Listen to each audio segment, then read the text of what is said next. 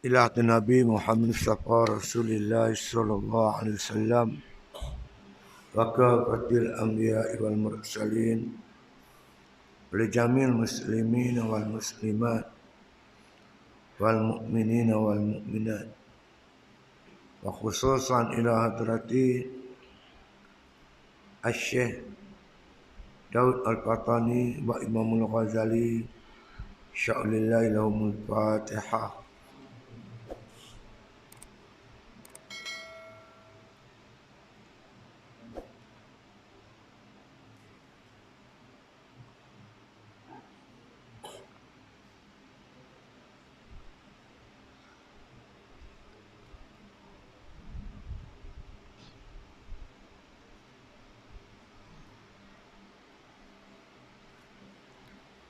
Bismillahirrahmanirrahim.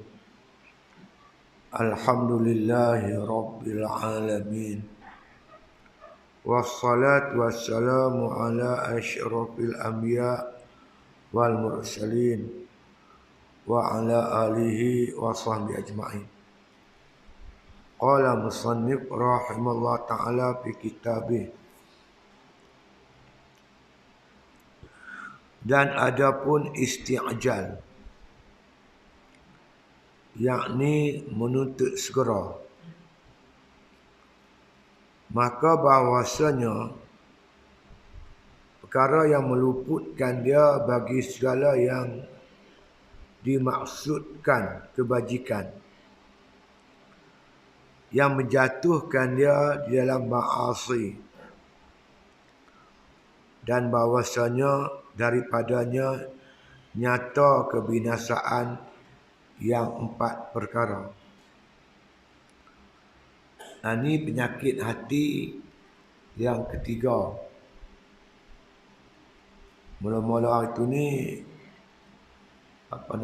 tulul amal. Yang kedua itu ni yang baru lepas hasad. Dan yang ketiganya isti'jal. Yang keempat nanti disebut iaitu takabbur. Ini penyakit hati yang besar-besar lah. Yang kecil-kecil itu banyak lagi. Adapun kita boleh sebut penyakit hati ataupun kekotoran hati. Sebab penyakit ni bila ada dalam hati, hati kita kotor, bernajis. Hati yang bernajis, yang kotor ni tak layak menerima, dipanggil nurul waridat, nur yang nak dianugerahkan oleh Allah Subhanahu wa taala. Jadi hati ni kena kita ambil berat sikit dalam menyucikan dia. Dia ada, kita bicara anggota-anggota bagi orang yang bertakwa. Dia makna kata sentiasa menjaga anggotanya supaya tidak jatuh kepada yang menderhaki Allah. Anggota tu kita sebut apa tu ni? Mata, telinga, lidah. Yang keempat ni kita sebut hati. Yang kelima nanti dia sebut perut.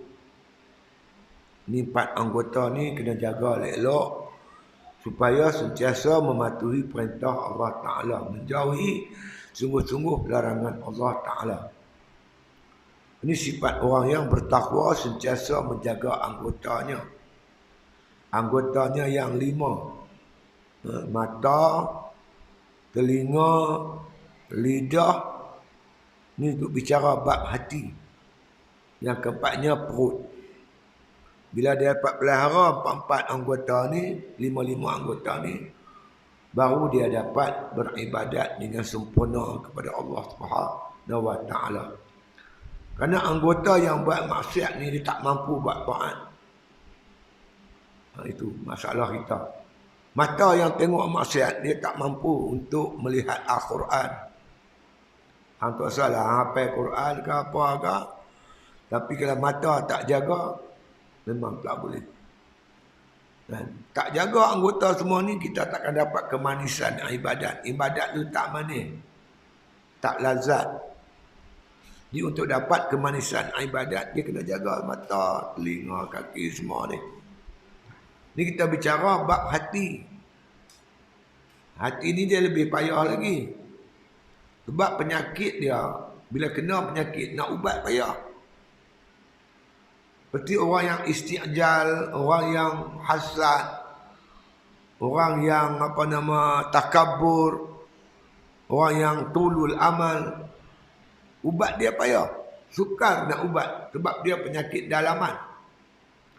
Macam kita lah penyakit dalaman seperti jantung, buah pinggang, paru-paru. Jenis dalam ni memang payah. Apatah lagi penyakit-penyakit kerohanian. Cukup payah. Kenapa kita kena bagi perhatian lebih kepada hati ni? Sebab hati ni tempat yang nak dituangkan oleh Allah Ta'ala. Tuhan nak tuang macam-macam dalam hati kita. Bila hati kotor, dia tak mampu menerima anugerah daripada Allah Ta'ala. Bila tak masuk nur tu, kita buat ibadat tak seronok, tak lazat, tak sedap, tak manis. Ma'rifatullah, mahabbah, kasihkan Allah semua ni. Jenis anugerah Allah ke dalam hati. Tapi bila hati dia kotor, payahlah. Hati ni pula tempat tirikan Allah Ta'ala. Allah menirik hati tu. Inna Allah la yanzuru ila suwarikum wa amalikum. Allah tak perhati muka, amalan zahir kamu tu.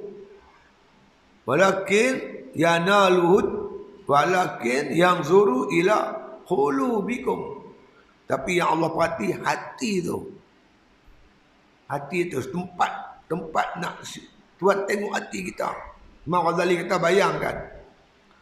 Muka kita ni pagi-pagi kita basuh dia, kita shampoo dia. Kita berui gigi kita ni. Kenapa? Pasal supaya orang tengok muka kita cantik, elok. Jangan serpat apa titik mata dah. Kalau anggota ni tempat tilikan manusia, kita berusaha sungguh-sungguh. Macam mana hati tempat tilikan Allah Ta'ala. Lepas tu Nabi kata pula, hati ni raja. Kalau hati ni raja ni elok, rakyat dia semua elok. Tangan, kaki, mata, kepala semua jadi elok. Tapi kalau hati tu kufur, maksiat, derhaka pada Allah, kaki tangan semua akan rosak. Sebab itu kita kena jauhi mana penyakit-penyakit yang ada dalam hati ni. Bila hati berpenyakit, macam badan kita sakit lah. Kalau kita sakit boleh buat kerja, tak boleh buat kerja, tak mampu nak buat kerja. Sebab badan sakit. Begitulah kalau hati kita sakit, tak boleh buat ibadat kepada Allah Ta'ala. Apabila kita tak mampu nak buat ibadat, fahamlah hati kita bermasalah. Sakit, kena berubat dia. Kena sihatkan dia. Antara penyakit-penyakit dia tu, Imam Ghazali kata isti'jal. Ajala. Isti'jal makna gopoh. Nak menuntut segera, nak cepat hasil, tak sabar. Isti'jal ni berjuang nak cepat menang, berjuang tak menang. Last sekali jadi apa? Terjun kapal lah, masuk parti lain. Kawan dengan dia nak cepat menang. Sedangkan sifat perjuangan ini dia lambat menang. Lau kana aradan khariban wa safaran khasidan lattaba'u walakin ba'udat alaihim syuqqa. Allah kata kat Nabi, kalau perjuangan yang kamu bawa ni Muhammad, perjalanan yang dekat, kemenangan yang hampir, lattaba'u, ramai orang ikut kamu. Walakin ba'udat alaihim syuqqa. Tapi perjuangan Islam ni sifat dia, makna kata ba'udat, jauh, panjang masa. Maka masa yang panjang, alaihim syuqqa, banyak musyaqqah, kepayahan, rentangan, mihnah, tribulasi. Sifat dia macam tu. Orang yang sabar saja boleh meneruskan perjuangan ni. Tapi kalau orang yang gopoh, tak boleh. Yang bebai, perongoi, mana boleh. Dia jalan masa makan masa panjang. Nabi Nuh berapa tahun? 950 tahun, 1000 tahun Nabi Nuh. Nabi Musa nak mengalahkan Firaun 40 tahun. Nabi Musa itu Nabi 40 tahun. Nabi Muhammad mengambil masa berapa tahun? 10 tahun di Mekah, 13 tahun di Mekah, 10 tahun di Madinah. Jadi sifat dia macam tu. Jadi kalau gopoh tak upaya, dia tak boleh gopoh. Tak dibenak, jangan ada gopoh. Gopoh ni isti'jal ni penyakit yang ada dalam hati. Yang mesti kita buang. Dan adapun isti'jal. Ni penyakit yang ketiga. Yakni isti'jal itu menuntut segera, nak hasil cepat. Ayam menetas, dia mengeram anak ayam tu, ayam mengeram anak dia beberapa hari. Saya pernah tu tak kira berapa hari, kata-katalah 20 hari dia mengeram. Belum sampai 20 hari kita nak segera anak ayam tu menetas. Angkat anak telur dia tu, kita beri kubur, piram ni, pasang elektrik yang terang tu, yang kuatnya. Dia boleh menetas kan? Tak boleh, sampai masa baru menetas. Buah durian, sampai masa dia luruh. Tapi kita nak kait dia, nak cepat. Kait kopi lah tengok. Mana ada masalah. Dia nak cepat, hasil nak cepat. Nak cepat hasil. Itu namanya isti'jal. Apa? Berjuang nak cepat, menang. Tak masalah, tunggu dah lama ni. Lompat nak pergi parti lain. Dia sifat Islam macam tu. Dia memang makan masa. Lepas tu orang kata dalam berjuang ni, dia ada dua benda yang perlu kita faham. Pertama, umrun Nuh. Yang kedua, wasabrun Ayub. Pertamanya, umrun Nuh. Umur Nabi Nuh. Dia mengambil masa. Mengambil masa. Macam orang tanam apa? Pokok kana. Biasa tengok dah pokok kana. Buah kana. Buah kana ada kan? Buah kana ni mari daripada negeri Cina.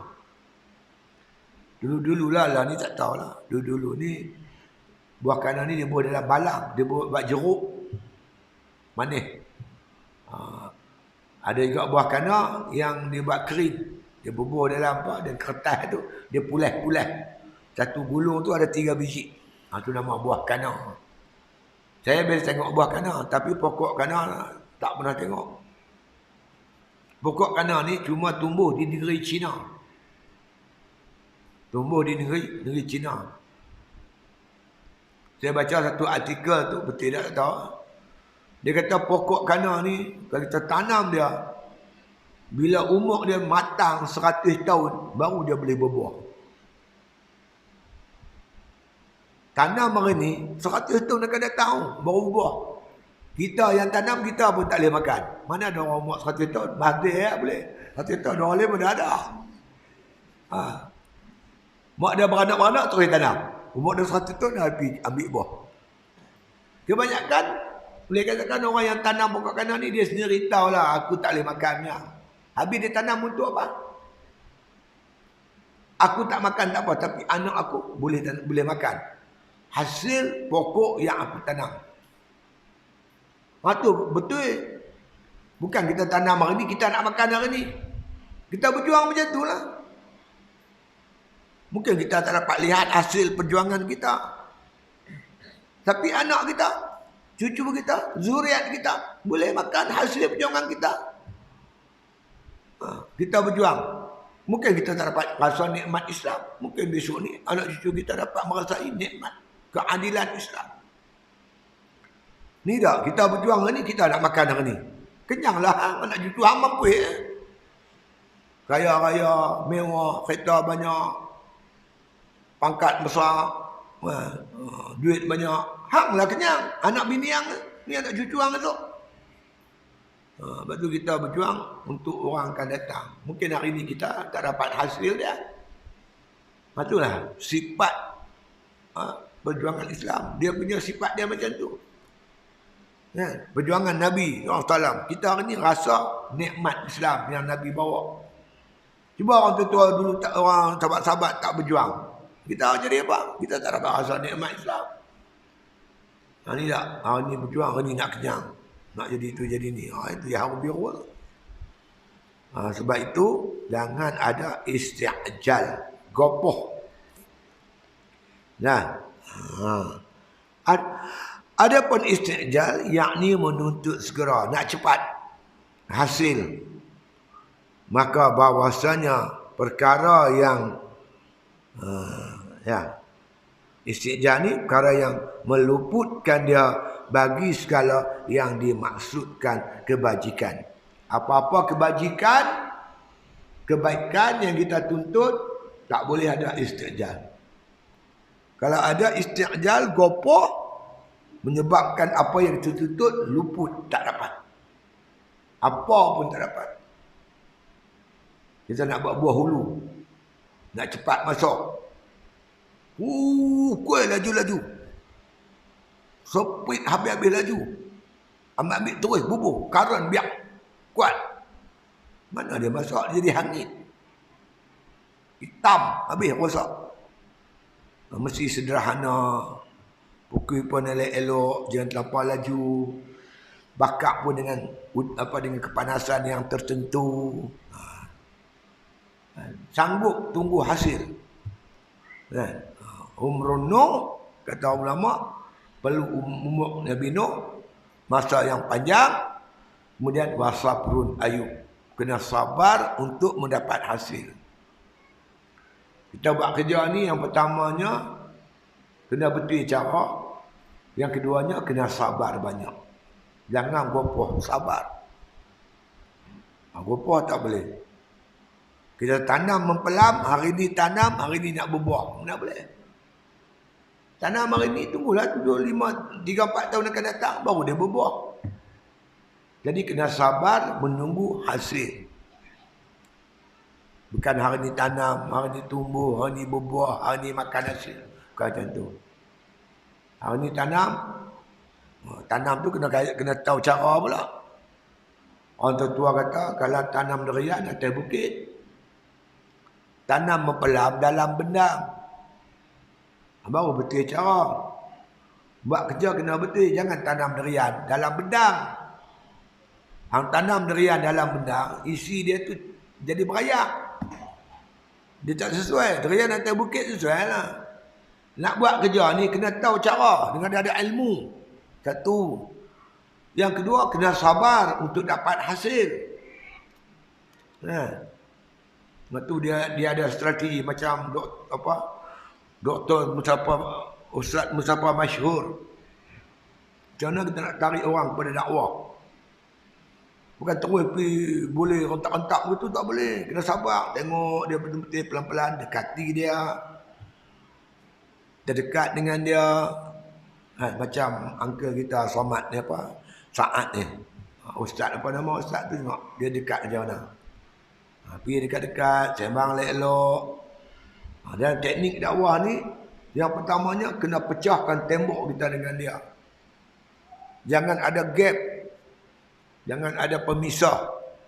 Jangan sombong, jangan angkuh, jangan cakap balik elok. Sampai dia sonok dengan kita. Apa tu kita masuk. Cerita kita ni akan mati. Semua orang akan mati. Lepas mati jumpa apa. Kalau di sini masuk kubur sana ada malaikat, dia akan tanya kita. Kalau kita tak ada persiapan dia, tak ada buat ibadat, kita azab sana besok. Lepas tu dia akan tanya kita, macam mana nak buat ibadat? Masuklah Islam. Ayuk belajarlah masalah akidah, mengenai Tuhan kita. Nak beribadat dia macam mana, nak semayang macam mana. Pelan-pelan. Hasil dengan kaedah cara yang tepat dan betul macam ni, insya-Allah dia akan masuk Islam. Itulah cara dia. Tak bolehlah kita terus dia kata dia macam-macam, tak boleh lah. Pelan-pelan lah, sikit, insya-Allah. Itu dia panggil approach, pendekatan yang tepat. Lepas tu kena tunggu, sabar dapat hasil. Bukan senang seseorang tu nak berubah. Macam dia isap rokok, nak suruh dia berhenti terus, payahlah sikit. You nak isap tak apa. Tapi sorok-sorok. Masuk jabatan sorok tak okok. Gitu lah. Jangan terus cut terus. Cut terus habis lah. Kawan melelong pening. Dia pening dia lari. Pergi kita. Itu cara lah. Pelan-pelan. InsyaAllah. Kalau dengan makna kata pendekatan yang betul. Approach yang kena. InsyaAllah. Jangan kita jadi macam Islam ni. Orang kata Islam ni ibarat satu pokok Islam. Pokok Islam ni pokok yang rendang. Buah dia ranum. Siapa tengok semua berkenan. Itulah Islam. Kalau kita baca buku, orang tertarik dengan Islam. Semua nak kepada Islam. Tapi masalah dia, bila orang pergi ke pokok tu, tengok keliling pokok tu, makna kata, ada dawai-dawai berduri. Dia menghalang orang nak pergi ke pokok tu. Dia ada pagar berduri. Siapa pagar berduri tu? Kita orang Islam sendiri. Yang halang saudara kita nak masuk Islam. Dia baca buku Islam elok dah. Tengok-tengok orang Islam. Mayang pun tak. Kan? Sampai Hindu terkejut. Betul Hindu tu jumpa saya. Dia kata, Haji, bukan apa, saya satu kolej saja. Itu Melayu 3 kolej. Melayu dia kena tuak 3 kolej. Jadi dia tengok orang Islam. Nanti yang ulama kata, asli al-Islamu mahjuban bil muslimin. Islam tu terdinding, tersekat dengan sebab orang Islam sendiri. Tu cerita apa? Dia bertulis dalam satu majalah tu. Kan? Majalah tu. Dia ni seorang Kristian lah. Orang putih lah. British. Dia duk baca buku bahasa Islam kan. Dia cukup kenal lah Islam ni dia nak masuk lah. Akhirnya dia bertekad ambil keputusan nak masuk Islam. Dia pun beritahu pak dia, Pak, aku dah buat keputusan nak masuk Islam. Pak dia tak bagi. Bertengkar dengan pak dia. Pak dia kata kalau nak masuk Islam, keluar dari rumah ni. Dia keluar. Dia ni, dia kerja lah. Jadi dia pergi cari kawan sepejabat dia. Orang Islam. Perempuan lah kawan dia ni perempuan. Kawan dia tu perempuan juga. Dia ni kerja satu pejabat. Dia pun carilah kawan tu. Dia pun pergilah rumah kawan tu. Nak menumpang. Aku ni dah masuk Islam, dia kata. Jadi, pak aku tak bagi aku duduk dengan dia. Jadi, nak dapat rumah sewa, nak tumpang duduk rumah kamu. Boleh tak? Dia kata boleh. Duduklah. Sat lagi kan, masuk maghrib. Masuk maghrib, ada 2 orang 3 orang lelaki main rumah perempuan tu. Bawa dengan botol arak lah apalah. Orang dengar azan maghrib, dia ni minum arak. Pasang gram, menari, menyanyi, melalak. Jadi perempuan Kristian ni, dia terpinga-pinga. Aku baca buku Islam kan macam ni. Orang lelaki, perempuan Islam takkan bergaul macam ni. Islam tak boleh minum arak, yang dia minum ni macam mana? Akhirnya dia pikir, dia pun duk mabuk orang. Akhirnya bawa beg dia turun balik. Masuk kereta, belah balik ke rumah. Lepas balik rumah, pak dia kata balik pula. Tak jadi pak. Tak boleh masuk, tak jadi masuk Islam. Pak dia kata siapa? Islam sebenarnya, dia kata kat pak dia, teori ya. Cerita macam memang bagus. Tapi dia punya penganut teruk pada kita lagi. Yalah, Hindu pun terkejut. Awak Hindu tak kejut? Dia sekolah lah. Yang dia hentam berhenti kat sekolah. Pak dia kata, aku nak abad kau. Kalau apa yang ada dalam buku tu, itulah amalan orang Islam. Aku dulu masuk Islam pada kamu dia lah. Islam ni teori ya. Lalu siapa salah? Kita lah salah. Kita yang menghalang orang nak masuk Islam. Dengan perangai kita, akhlak kita. Saya percaya kalau orang Islam boleh berubah jadi elok, Cina, India semua akan masuk Islam. Ini sebab itu kita nak berbetul orang Islam tu berelok. Buatlah kajian berapa ramai orang tak sembahyang. Saya tengok lepas tunjuk tadi artikel. Dalam masa seminit di Malaysia ni, lahir anak luar nikah 6 orang. Seminit 6 orang anak luar nikah. Kebanyakannya orang Melayu. Kebanyakan orang Melayu. Sekarang ni terjadi di Pulau Pinang. Anak-anak luar nikah ni dibelah oleh Cina. Cina ambil belah. Lepas tu kita jangan heran bila tengok muka Melayu tapi nama Cina. Dan Cina ambil belah anak luar nikah daripada zuriat orang Melayu. Jadi habis jangan kita nak tarik orang. Kita pun teruk. Ini yang kata al-Islamu mahjubun bil muslimin. Islam tu terdinding dengan sebab orang Islam sendiri. Kena berubahlah. InsyaAllah. Jadi kata Tok Syekh kita Al-Imam Ghazali rahimahullah ta'ala ni, penyakit ni yang dikatakan isti'jal tadi ni, dia makna kata boleh menyebab meluputkan apa yang kita maksud daripada kebajikan. Apa juga kebaikan yang kita tuntut dengan sebab gopok tak dapat. Apa dah? Apa Al-Quran? Oh, aku nak hafal Quran ni dalam masa setahun. Oh, lun. Lama-lama dia boring. Dia lari terus habis. Macam tu lah.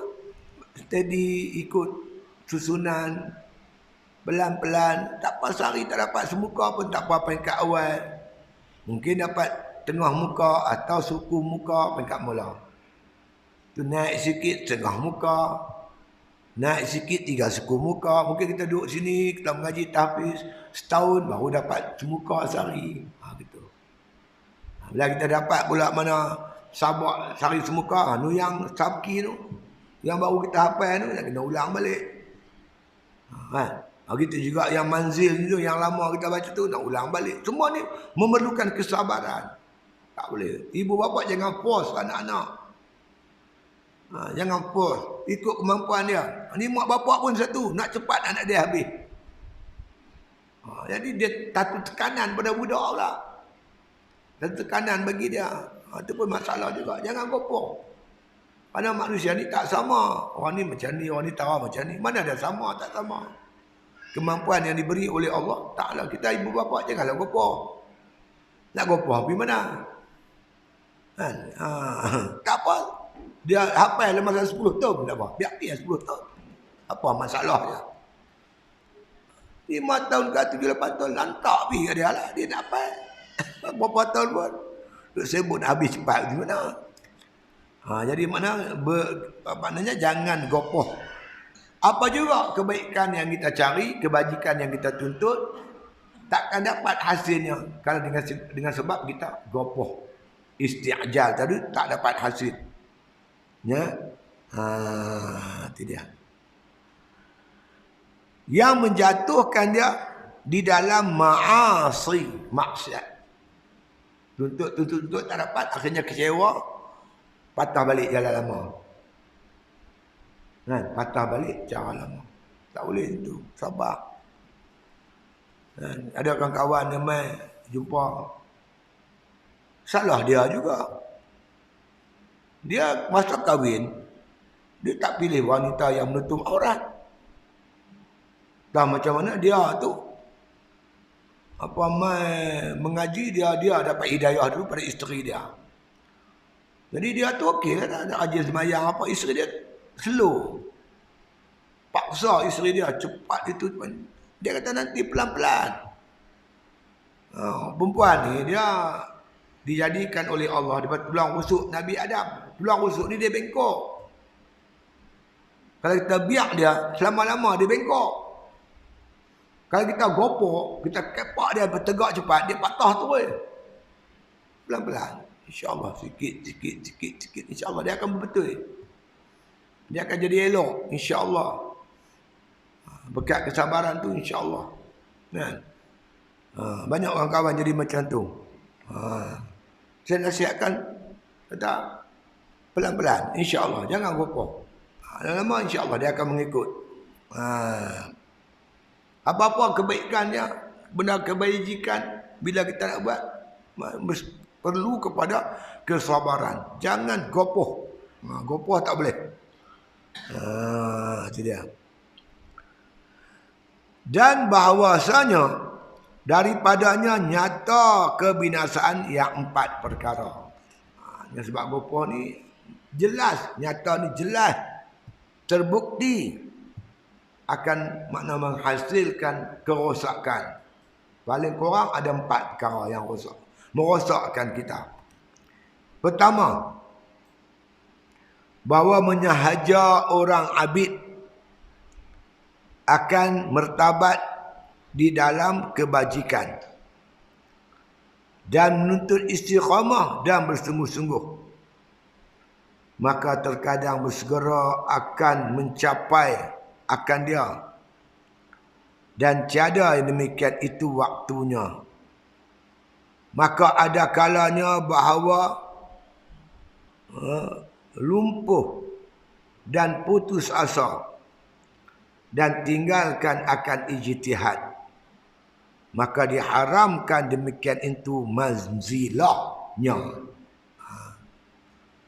Cerita seorang abid, orang yang beribadat kepada Allah Subhanahu wa taala. Jadi si abid ni, dia tentulah dia menginginkan martabat, makam, ahwal. Mungkin dia beribadat dengan matlamat nak jadi wali, nuntut kewalian, mukasyafah, kan, tak kasyaf. Kan. Dia kasyaf ke kewalian ini anugerah Allah.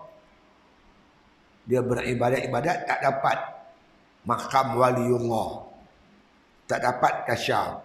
Akhirnya dia tinggal itu perjalanan dia tu. Kadang-kadang Tuhan lagi cepat, kadang-kadang Tuhan lambat-lambatkan. Tuhan tahu, Allah tahulah kepada siapa yang dia nak bagi. Takkanlah kita nak letakkan kalung mutiara tu ke leher babi. Beli kalung rantai mai tu, mutiara hitam belian, ambil pergi gantung leher babi. Betul tak? Tentu kita akan bubuk di leher yang orang yang padan dan patut dengan kalung mai tu.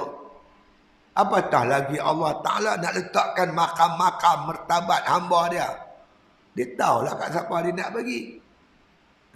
Kita buat ibadat nak dak yang tu. Kita tak disuruh menuntut karamah. Yang disuruh menuntut istiqamah. Kan? Tuntut istiqamah dalam ibadat. Jangan tuntut karamah. Ada tak apa sebutlah. Tapi orang kawasan ni juga lah. Pergi cari harta karun. dia buka kedai makan.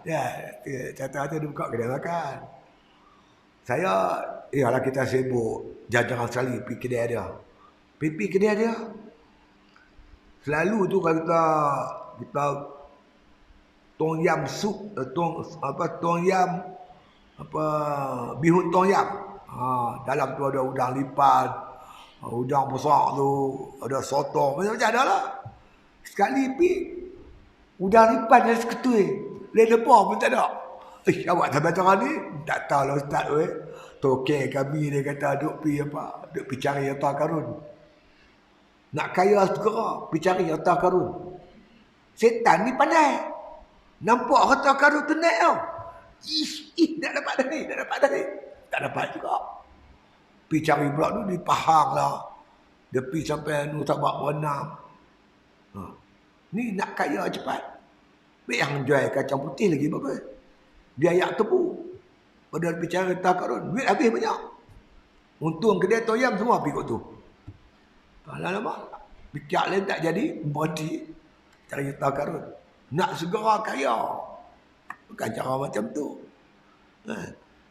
Jadi makna kata kita buat ibadat bukan cari karamah. Bukan cari makam, martabat dan sebagainya. Kita menuntut istiqamah. Kita hamba Allah. Tugas kita beribadat kepada Allah. Apa yang Tuhan nak bagi, dia bagilah kepada hambanya yang layak. Yang layak tu Tuhan bagilah. Sebab tu kita tak tahu kita layak tak layak. Tugas kita buat ibadat saja. Oleh kerana dia cari karamah, ibadat-ibadat tak dapat, karamah apa-apa tak dapat. Nama dia berbaik dia lari. Tinggal ibadat dia. Tak boleh macam tu. Dia. Menyahaja abid. Menyahaja ni makna kata, kan, sahaja aku semayang. Apa makna dia? Usalli diterjemah oleh ulama kita, sahaja aku semayang. Apa makna? Sahaja aku semayang. Saja-saja lah macam mana? Sahaja ni, kita mengerjakan semayang tu dengan sedar, dengan kehendak kita. Dengan kita yang tuntut, kita nak buat semayang tu. Itu makna sahaja. Jadi, begitu juga si abid ni, dia menyahaja akan makna kata dalam ibadat ni, si abid ni akan mertabat di dalam kebajikan. Dia buat ibadat, matlamat dia nak martabat, makam-makam, pangkat-pangkat, kedudukan. Mungkin nak jadi waliullah. Mungkin dia nak supaya dia dikasyaf oleh Allah, nampak yang gaib-gaib. Macam-macam lah. Kalau yang satu jenis lagi tu, kan, zikir maratib nak kebal. Yang duduk atas bukit tu, makan bertih tu. Tikam taklud. Dah ada dia pernah jumpa saya. Ustaz nak ilmu tikam taklud. Saya nak ilmu tak mati. Ada tak bati? Ilmu tak mati ke mau? Mana ada tak mati Ustaz? Mati tak payah. Han taklud orang tembak mati ke? Apa ada? Tamat ilmu tu. Aku nak ilmu masuk syurga. Masuk neraka aku tak mau. Macam-macam mai cari. Nak bagi ilmu pelik-pelik. Ilmu kebaik. Apa? Ada dulu di Pulau Pangkok tu. Dia tu orang pukul dia dekat 3-4 orang. Tak jadi apa. Rupanya orang pukul, nampak badan elok tapi dalam dah hancur.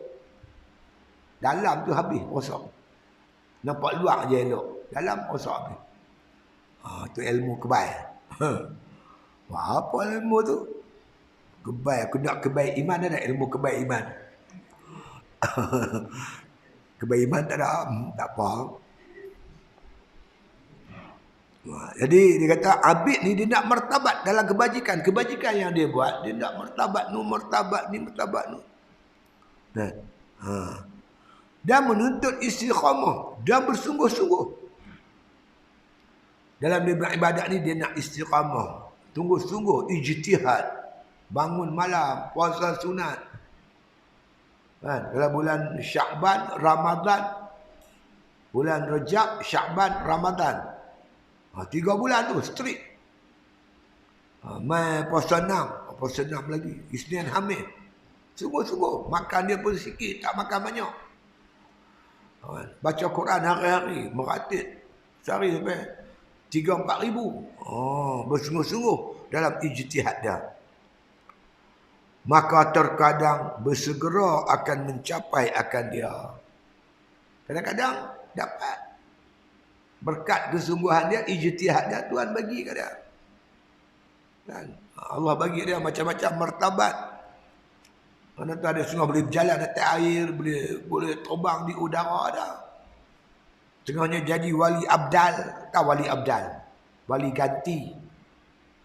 Depan ni ada 70 orang. Di seluruh muka bumi ni ada 70 orang.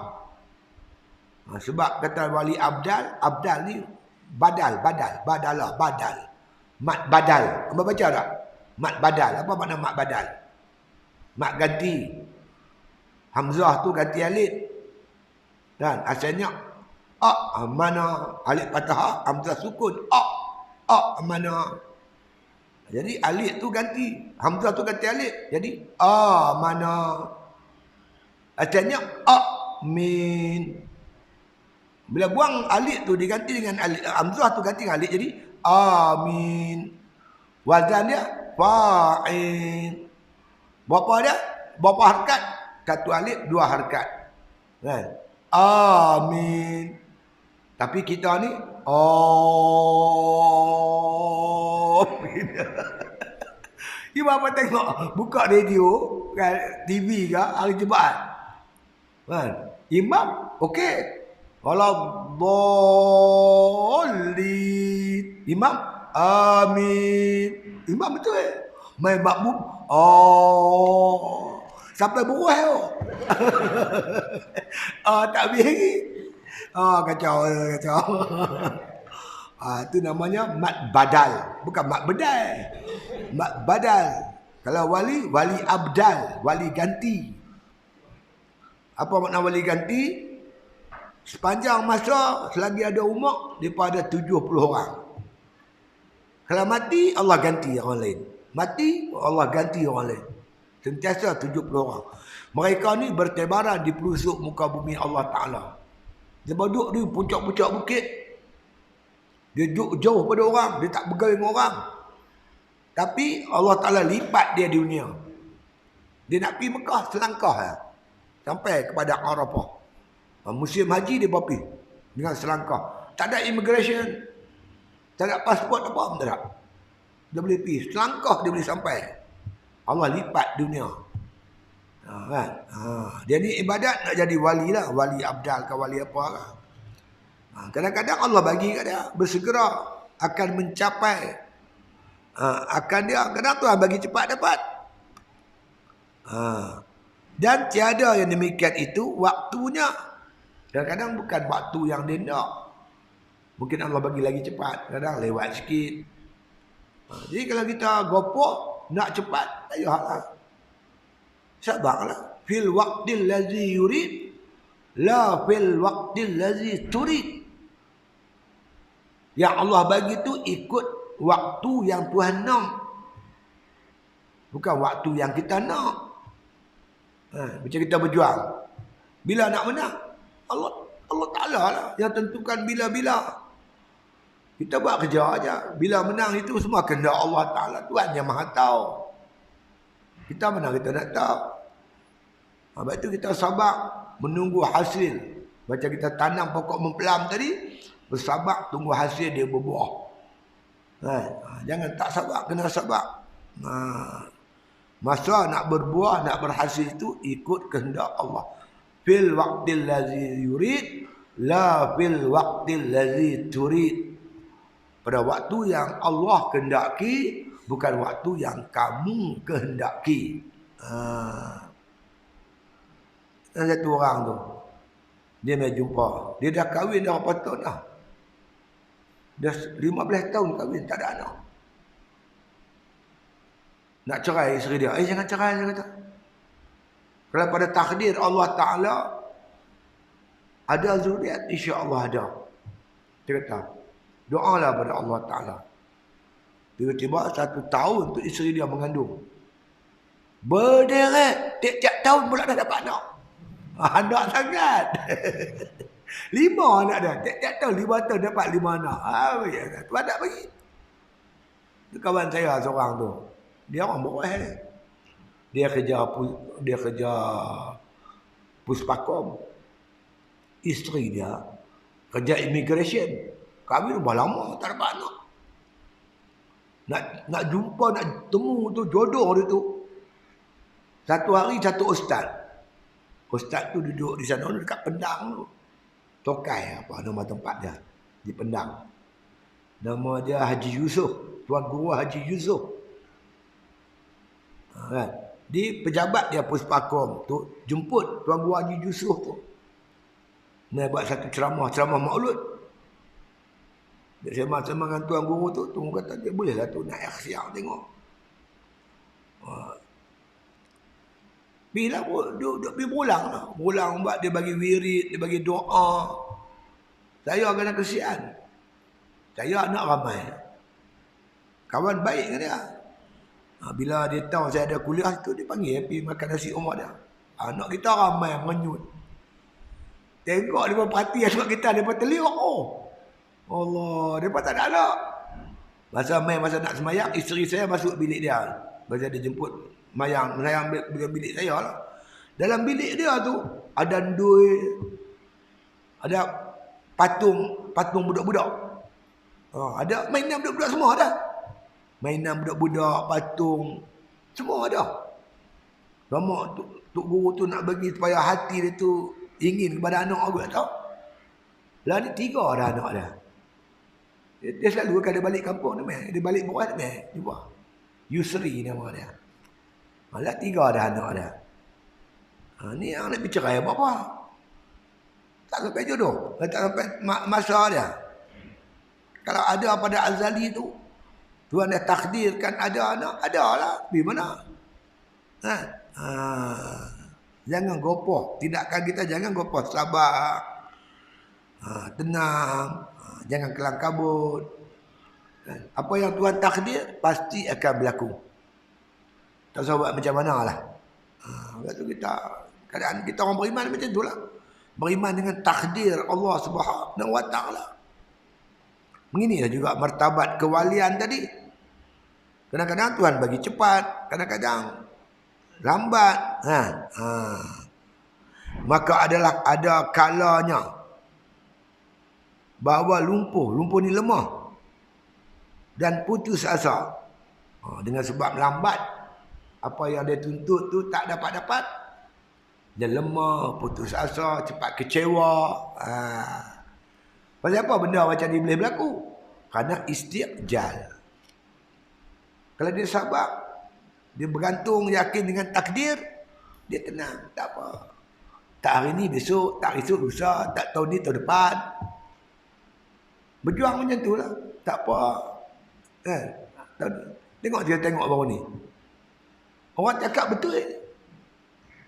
Kan? Ustaz Badli cakap betul lah. Betul elok lah.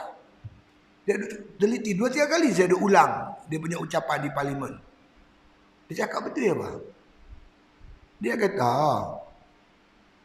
kata apa yang dibangkitkan di parlimen bukan tuntutan supaya kerajaan bagi one off 10,000 kepada penyimpan-penyimpan KWSP akaun pertama.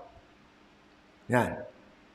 Dia kata bagi pihak kami lebih baik kita kita beri kepada makna keluarkan apa nama akaun satu ni dengan bersasar. Yang perlu saja, yang tak perlu tak payahlah. Untuk hari tua, tujuan simpan duit KWSP ni untuk hari tua kita bila kita pension, ada satu jumlah duit untuk kita buat model nak berniaga ke, nak buat rumah ke apa ke. Kalau kita habiskan awal-awal macam mana. Tapi kalau yang betul-betul perlu, tak apa lagi. Mana kita sokong benda ni bagi makna kata yang nak buat keluar secara bersasar. Gitu juga dengan apa? Moratorium.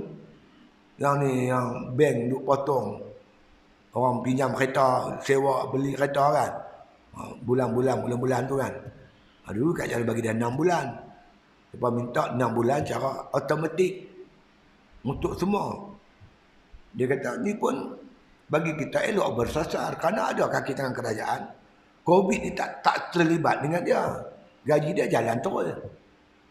Kalau kita buat automatik, dia gaji tak potong. Sedangkan maknanya bila tak potong, dia akan mengambatkan habis pinjaman kita tu. Kita punya pinjaman akan tambah lagi. Makan masa lagi. Lagipun dia kata, bab ni tak ada dalam belanjawan. Dia tak ada. Kerajaan boleh buat lain. Macam sebelum ni. Moratorium tu. Bukan ada dalam belanjawan pun. Kerajaan boleh buat. Itu juga dengan akaun nombor 2. Akaun yang kedua. Yang kerajaan bagi keluar daripada KWSP. Dulu pun tak masuk belanjawan. Kerajaan boleh buat benda ni. Tapi dalam menghadapi ini biarlah bersasar. Jadi kita tak boleh kita ugut kerajaan. Kalau dua benda ni tadi kami takkan sokong. Kami sokong bersyarat. Maka Ustaz Badli buat contoh Puteri Gunung Ledang. Tahu cerita Puteri Gunung Ledang? Sultan Mahmud minang Puteri Gunung Ledang. Pinangan diterima tetapi bersyarat. Syarat dia tu bina jambatan mas daripada Gunung Ledang pergi Istana Melaka. 7 mangkuk hati kuman. Kuman tu pun nak cari pun bayar. Hati kuman tu. 7 mangkuk hati nyamuk. Nyamuk tapi cari hati dia di mana? Jadi syarat dia bagi tu tak munasabah. Dia tak kata dia tolak. Dia tak, Puteri Gunung Ledang tak tolak mana pinangan Sultan Mahmud Shah. Tapi syarat dia tu makna dia tak maulah kat hang. Jadi bila ada bersyarat, maknanya hampa tolaklah kerajaan yang ada. Itu yang cerita ada. Terang-terang lah. Tak sokong apa? Tak sokong, senang. Ni duk berbelit, berbetul-betul orang menjadi pening.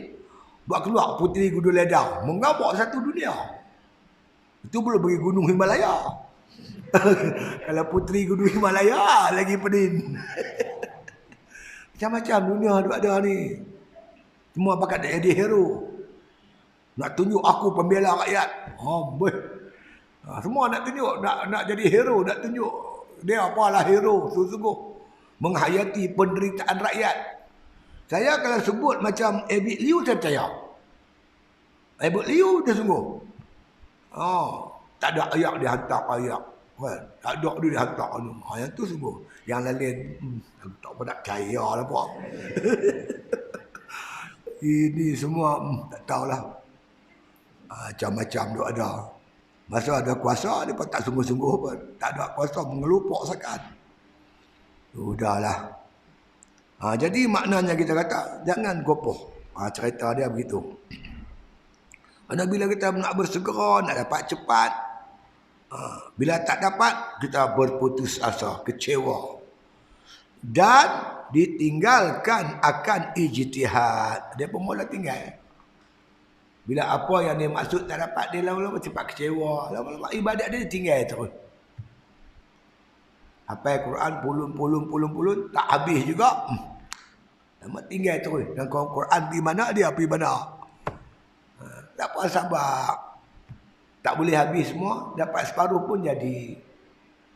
Dapat 10 juzuk pun tak apa. Asalkan ingat. Dah tak dapat macam mana. Tak ada abuan aku jadi habis. Aku dah mengaji dah dekat 7-8 tahun. Tak apa-apa juga. Kau nak channel lain. Mengaji pondok pula. Apa masalah kita? Tuhan tak tanya kita. Bukan fardu ain pun nak pakai Quran ni. Fardu kifayah. Bukan fardu ain. Apa yang kita duk nindok. Dah apa-apa. Kalau boleh dapat, alhamdulillah. Tak dapat pun tak apa. Jangan kecewa. Tak masuk channel lain. Mengaji pondok, mengaji nahu, mengaji sarah. Kita boleh mengajar, kita jadi imam. Jadilah teratur-teratur kita. Ni dia kecewa, putus asa, pening kepala, tak pasal. Jadi maka putus asa, berputus daripada demikian manzilah. Ya, makan dia lagi, atas lagi. Ditinggalkan akan ijtihad. Ijtihad ni bersungguh-sungguh. Tadi ditinggal, mujahadah tu dia tinggal. Belum ni dia bermujahadah. Kuat baca Quran, bersungguh-sungguh. Bangun malam, baca Quran, beribadat, hebat. Lepas tu apa yang dimaksud tak dapat, dia cepat kecewa. Tinggal terus. Ini yang tak mahu tu. Ditinggalkan akan ijtihad. Maka diharamkan demikian itu manzilahnya. Manzilah ni makna tempat turun. Dalam maksud ni martabat je lah. Tak dapatlah martabat yang dituntut. Martabat yang dituntut tu tak dapat. Tak jadi hafiz ke, tak jadi ulama ke. Pasal kecewa. Bila kecewa, habis apa pun tak dapat lah. Jangan kecewa. Buatlah apa pun, jangan kecewa. Nak cerita putusan saya, nak cerita banyak kali dah pengalaman saya. Belah itik. Nak buat telur masin. Berapa peringkat, berapa banyak rugi. Mula-mula buat di Pulau Pangkok. Saya kena tahanan ISA. Beli itik 200 ekor. Belah modal habis. Itik ni bila dia kurang makan, bulu dia luruh. Dia tak bertelur. Modal habis. Mana habis yang satu. Berapa rugi saya tak tahu lah. Dengan makan dia, dengan itu, dengan ini, dia buat pagar dia. Kita masa tu kena kurung. Kena buang daerah. Nak cari duit mana? Berhenti dulu. Tawakuf. Orang panggil tawakuf. Tahu tawakuf? Tawakuf ni kan berhenti. Berhenti sementara. Jadi kita bawa kereta sampai traffic light. Lampu dia tukar merah. Kita berhenti tak? Berhenti. Tapi berhenti enjin tak mati kan? Enjin hidup. Bila tukar hijau, masuk gear. Bukan makna kita bila tumpal pun merah, terus mati enjin, keluar minum kopi, tinggal kereta tepi jalan, tengah jalan. Mana ada macam tu? Tukar hijau. Cum. Itu makna tawakuf. Berhenti sat lah, berhenti sebentar. Mai sini, buat belah lagi sekali. Belah jadi. Belah itik, telur, belah buat lama. Masa tu kera tak macam ni. Kera tak apa nak amai macam ni. Tu. Tapi buat telur masin pula dah. Buat busuk. Kalau kita tak basuh dia, telur elok. Tak masin elok. Kita basuh dia, busuk. Saya balut dengan apa? Tanah merah. Apa tu sekam padi yang hitam tu balut. Tak basuh, telur elok masak. Masak elok. Masin elok, semua elok. Basuh, telur busuk. Tak basuh macam mana taik berlebuh. Tengoklah telur tu. Taik dia Allah. Rugi lagi. Berapa puluh ribu rugi. Berhenti zat. Hari tu kebetulan saya pergi Tanjung Karang. Dengan orang isteri dia. Makan sate. Pas makan sate, saya tengok macam nak bayar tu di kaunter tu. Ada telur masin. Telur tu duduk dalam plastik. Ada ayak. Ni apa dia cik? Telur masin cik. Telur masin. Oh. Semungkus berapa? Berapa dia jual? RM15 pun. Saya ambil semungkus, saya balik. Oh, aku nak buat macam ni. Saya buat macam tu. Buat jeruk. Basuh jeruk. Jeruk kan. Kita jeruk dia. Kemudian kita tengoklah formula kita. Garam dia. Kita buat formula kita sendirilah. Alhamdulillah. Berjaya. Tak busuk. Tak apa. Elok. Sampai lah. Jadi mana kita ni jatuh, bangkit balik. Jangan jatuh terus. Jatuh, bangkit. Bila kita tengok Tuhan tengok kita sungguh-sungguh. Wallazina jahadu fina. Siapa sungguh-sungguh di jalan kami, lanah dia nahum subulana. Tuhan tunjuk jalan kat kita. Dengan cepat kecewa. Dengan cepat putus asa. Orang putus asa dipanggil isti'jal. Gopoh. Apa pelan-pelan insya-Allah. Semua saya buat lah. Mana ada ilmu. Belah kambing, mana ada ilmu belah kambing. Belah lembu lagi tak ada ilmu. Yang aku tahu kalau sakit pergi haiwan main. Jabatan haiwan. Lepas cucuk ke apa, kita buat lah. Kita dapat lah. Daripada pengalaman kita dapat. Ini sikit bergantung kerajaan. Lama dua tengok dia bergantung kerajaan. Semua KO lah. Kita bergantung dengan Allah Ta'ala. Ada masalah kita. Minta doa, Tuhan bagi petunjuk insya-Allah. Kan? Mungkin masa kita tak ada lagi benda-benda ni, tapi mungkin zaman lepas kita mati, orang yang sambung kerja kita, dia ada dah kaedah dia. Gitulah cara kita. Baik kita ambil lah pengalaman, tanyalah orang yang tahu. Gini. Ni uncle kita bagi tahu saya, uncle Saad ni. Pak dia dulu belah lembu dia tak? Tahu dia belah apa benar? Dia ambil gula, kata gula karah. Kaskas, gula kaskas. Dia buh dalam ayak, lepas tu dia buh roti tak habis tu. Kan, roti reject dia buh tu. Lembu makan dia tergemuk. Duk cari kelah roti je lah. Kelah roti batu lapan tu, dulu saya ambil banyak. Bagi makan ikan keli makan. Lepas tu ada campur roti pelantar apa kan. Budak-budak tapi pituk semua roti pelantar dalam keli tu. Dia minyak lah. Minyak dia tutup ruang udara tu. Mati habis lah. Keli tu. Mati-mati lah tu tak buat keli. Ni tak jumpa lagi. Kelang roti tu tak jumpa lagi. Dia kata baru ni tak yakin pergi. Dia kata lah ni dia tak buat dah. Dia buat cukup je untuk supply pada kem tahanan kemuntin. Dia tak buat jual dah. Kedai-kedai sebab mungkin saingan daripada Gardenia. Kata ada orang beritahu saya, dia cuba nak cari lori kat Gardenia. Dia buat balik roti tak habis tu, kalau ni boleh. Wallah alam, tak tahu lah. Kita akan jumpa, nanti kita akan jumpa lagi. Itu saya nak cuba buat, pasal ada mengikut kawan yang biasa belah lembu lah. Makanan yang paling bagus sekali, napia. Kita tanam dah napia dulu ni. Tapi nak tebang tu masalah. Nak tebang napia tu.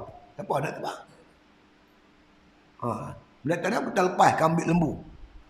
Pergi makan napia di padang. Habis dipijak mati habis. Lepas tu saya ada fikir nak cari orang yang kerja. Dulu dia kerja depan ni. Depan ni tepi nu. Tempat kan tanah baru kita beli tu. Tu tempat dia buat sayur dulu tu. Kalau dapat balik pekerja-pekerja tu, kita bayar macam mana Cina bayar, kita bayar. Hang kerja apa jam? Sehari apa duit? Kita bayar macam tu juga. Tu saya buat uang tu. Siapa ada pekerja nak kerja, mal. Dia tanam, dia baja, dia potong. Kita pergi angkut, kita mesin. Mesin kita pun dah boleh jalan lah. Abang Najib kita buat, Pakcik Najib kita buat. Waktu baca jet laju lari. Main banyak mana besar dia ada mesin. Jadi kita menyentuhlah cara kita. Allah bagi petunjuk satu mai kita nanti. Barulah kita jadi orang yang istiqamah. Ini nak cepat hasil. Cepat hasil payahlah, lambatlah. Dan jangan jadi orang kecewa. Sebab Islam mengajak kita selalu bergantung harap kepada Allah Subhanahu Wa Taala. Oleh kerana apa yang dicita-cita tak dapat, dia putus asa dan ditinggalkan akan ijtihad. Dia tak mau buat dah. Tak mau bersungguh-sungguh dah. Maka diharamkan demikian manzilahnya. Bila ada kecewa, putus asa, tak ada. Apa Quran tak habis lama. Dia putus asa, kecewa, dia pun tinggal habis. Yang dia hafal pun dia lupa habis kan. Dia lupa habis. Dia mau macam tu. Jangan putus asa, jangan cepat, jangan nak hasil yang cepat kan. Sabar menuntut hasil. Ya. Itu dia. Dan ada kalanya bahawa menyungguh-nyungguh mereka itu dalam ijtihad dan mempenatkan dirinya. Dalam sungguh-sungguh ni dia nak buat sungguh-sungguh. Sampai rasa penat, diri itu rasa penat, letih. Maka putus daripada demikian manzilahnya itu.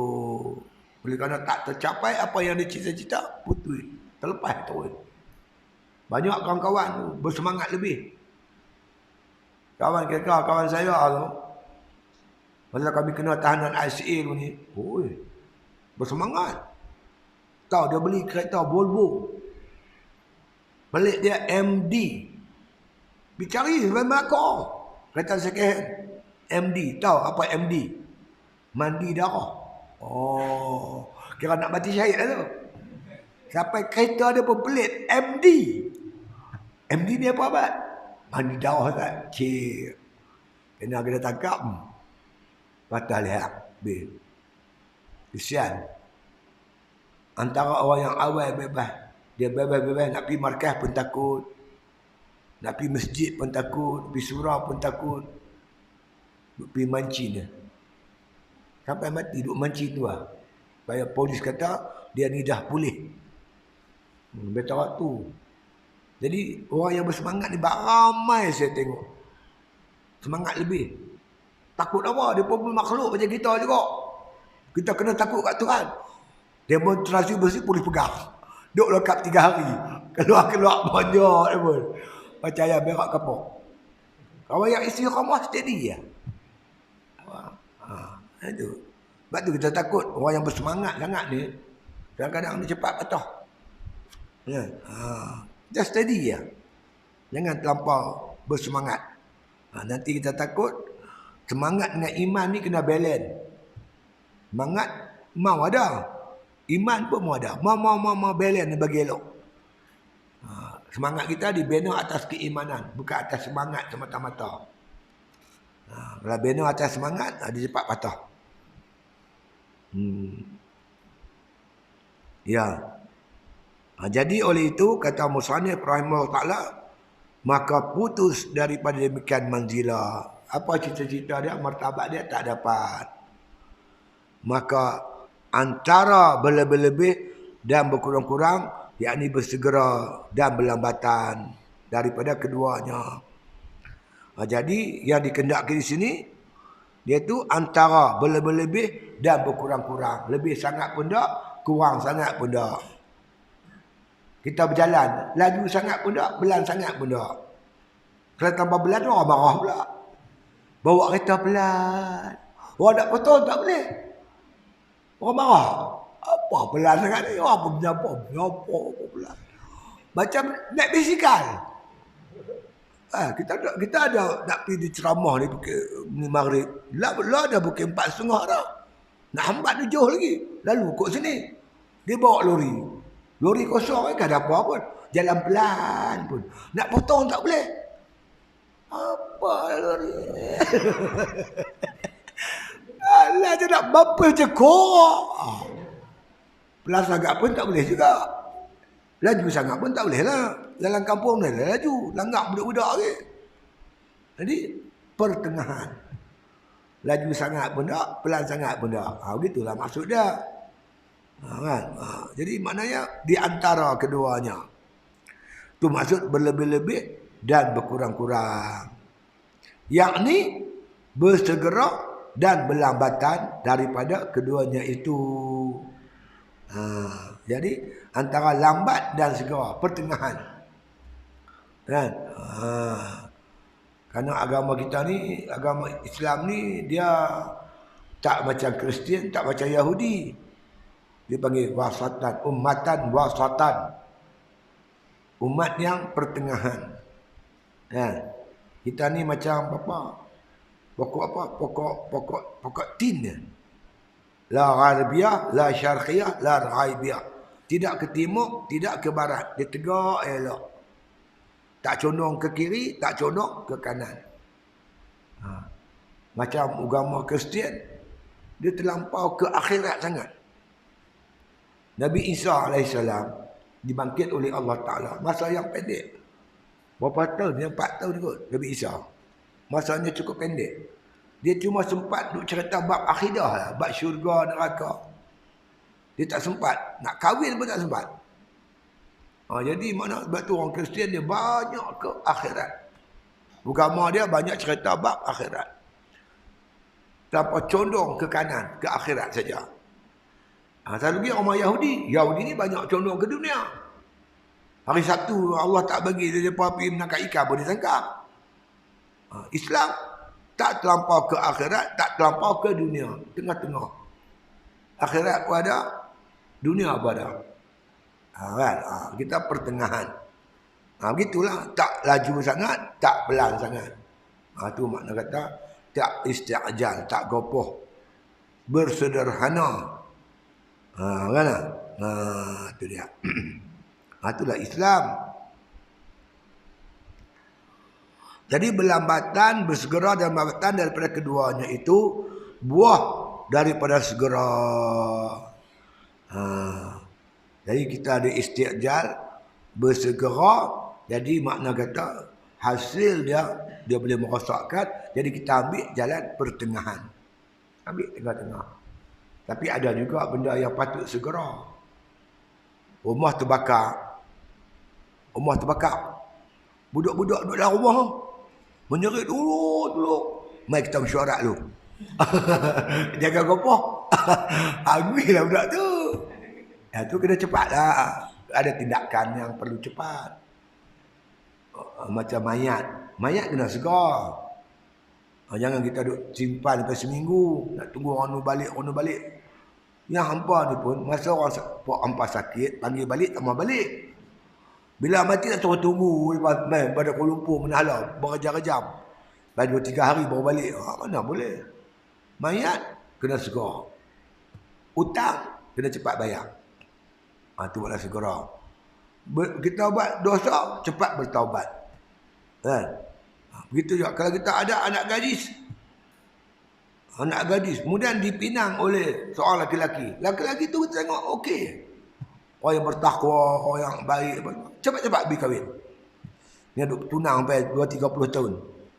Jadi merapu, dia merepet. Kan? Cukup masa jodoh dah, cepat kahwin. Kan? Masuk waktu, cepat semayang. Kan? Kita tak boleh azan-azan ni juga kopor. Kita kena mandi dulu, kena makan dulu. Bukan berapa nak semayang subuh. Kena setengah ke 7 orang semayang. Habis waktu. Ada benda-benda yang kita kena cepat. Bukan semua. Tapi yang lain-lain tu kita kena jangan bersegera. Kita kena bincang dulu. Tengok kiri, tengok kanan. Kan?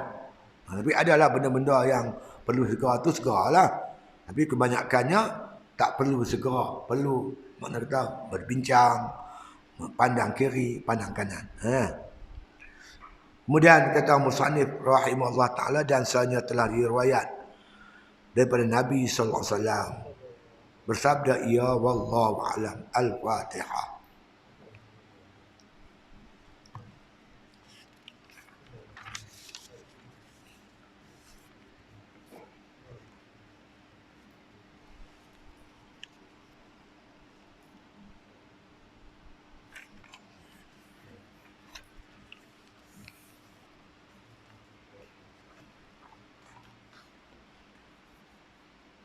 Bismillahirrahmanirrahim. Alhamdulillahil alamin wassalatu wassalamu ala asyrafil anbiya wal mursalin wa ala alihi wa sahbihi ajma'in.